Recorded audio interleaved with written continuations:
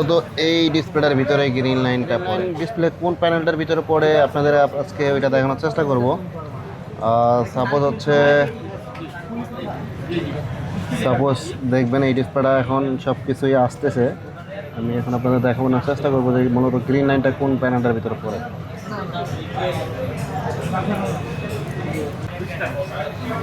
মূলত এই ডিসপ্লেটার ভিতরে গ্রিন লাইনটা পড়ে। ডিসপ্লেটা দেখতে পাচ্ছেন, মূলত আমি আপনাদের একটু আগে দেখালাম এটার মধ্যেই মূলত গ্রিন লাইনটা ছিল। এটা হচ্ছে ফ্ল্যাগশিপ ডিসপ্লে। এই ডিসপ্লেগুলো মূলত কাগজের বা প্লাস্টিকের ডিসপ্লে, এগুলো মোড়ানো যায়। এই ডিসপ্লেগুলো মূলত সহজে নষ্ট হয় না। মূলত এই গ্রিন লাইনের প্রবলেমটা বেশি করতেছে।